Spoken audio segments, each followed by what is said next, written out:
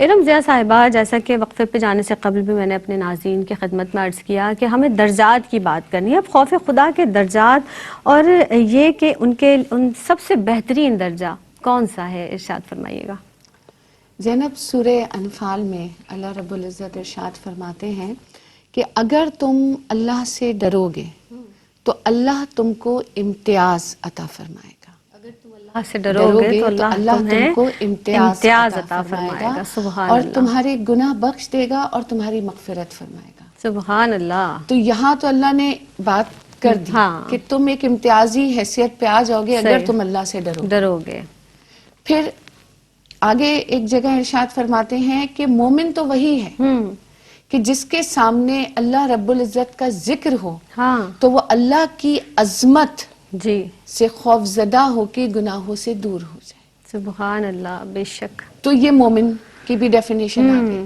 اب جب ہم درجات کی بات جی، کرتے ہیں تو ظاہر ہے جب یہ درجات انہی کو نصیب ہوتے ہیں کہ جو اللہ رب العزت سے ڈرنے والا ہے. جیسے ابھی تمہیں صحیح. سوال کے جواب میں زرمیرہ نے ذکر کیا سرکار علیہ السلام صلی کہ دنیا اللہ میں علیہ سب سے وسلم. زیاداً اللہ کا خوف رکھنے والے تھے سبحان اور اللہ. یقیناً بے انہوں شک. نے اللہ سے ایسے ہی ڈر رکھا جیسے کہ اللہ سے ڈر رکھنے کا حق ہے. بے شک، بلا پھر اس شبہ. کے بعد تم صحابہ اکرام کو دیکھو کہ وہ سرکار علیہ السلام سے اللہ کے خوف کے بارے میں جاننا چاہتے تھے اور ان کے چہرے زرد ہو جاتے تھے جب وہ سنتے اللہ تھے اکبر. کہ سرکار علیہ السلام پھر بھی ان کو مکمل نہیں بتاتے تھے کہ آپ کہتے تھے جو کچھ میں جانتا ہوں اگر وہ تم جان لو تو تم کم ہنسو اور زیادہ رو. اللہ اکبر. تو اب یہ جو درجات ہیں نا یہ ان لوگوں کو نصیب ہوتے ہیں جو اپنی زندگی کا محور ان باتوں کو بنا کے چلتے ہیں، جس میں بہت آسان لفظوں میں اگر میں اسے کیٹیگرائز کروں تو 3 لفظ ہیں.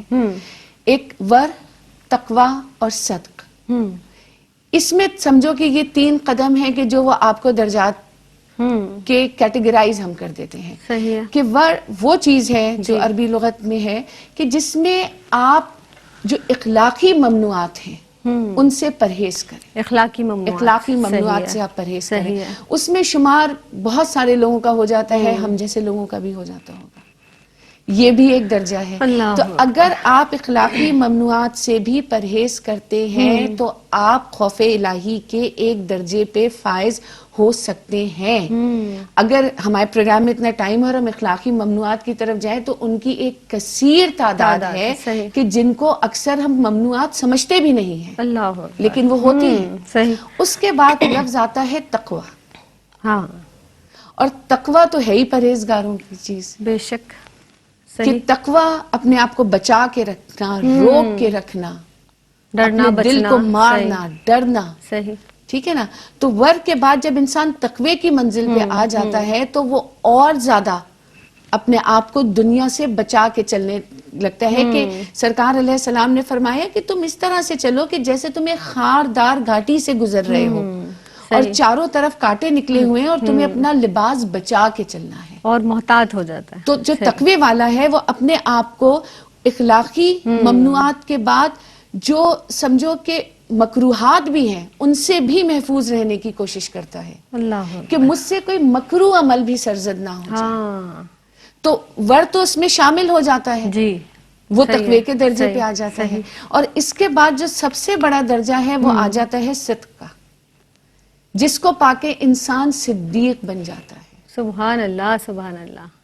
اور یہ وہ درجہ ہے کہ جس میں ور اور تقوی دونوں موجود ہوتے ہیں، دونوں شامل ہو گئے، دونوں شامل ہو جاتے ہیں. اب سچ کیا ہے کہ اس کی زبان پہ تو وہ سچ ہے ہی لیکن وہ دل سے بھی اسی بات کی گواہی دیتا ہے، اسی چیز کو سچ مانتا ہے. صحیح ہے.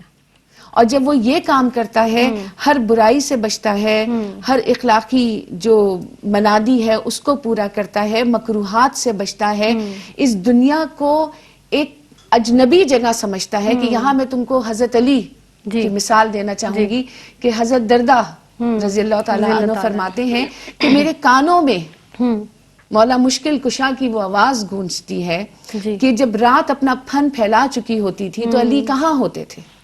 علی اس وقت مسلح پہ ہوتے تھے اور کچھ اس طریقے سے تڑپتے تھے اور ایسے روتے تھے کہ لگتا تھا کہ ان سے زیادہ غموں کے مارے کوئی نہیں ہے. اور جو آواز آتی تھی وہ یہ ہوتی تھی کہ وہ دنیا کو مخاطب کرتے تھے کہ اے دنیا تو کیوں بن سنور کے میرے سامنے آ جاتی ہے؟ یا اللہ. میرا تجھ سے کیا تعلق؟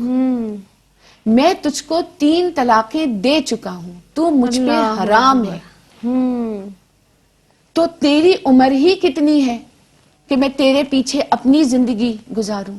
تیری قیمت ہی کیا ہے اللہ کہ میں اکبر. تیرے پیچھے بھاگتا پھروں؟ تو جا اور میرے زندگی سے، میرے راستے سے دور ہٹ جا. دور ہٹ جا. اور حضرت علی اپنے مصلے پہ جس وقت یہ بات اللہ سے دعا کرتے ہوئے دنیا کو کوستے تھے، جی.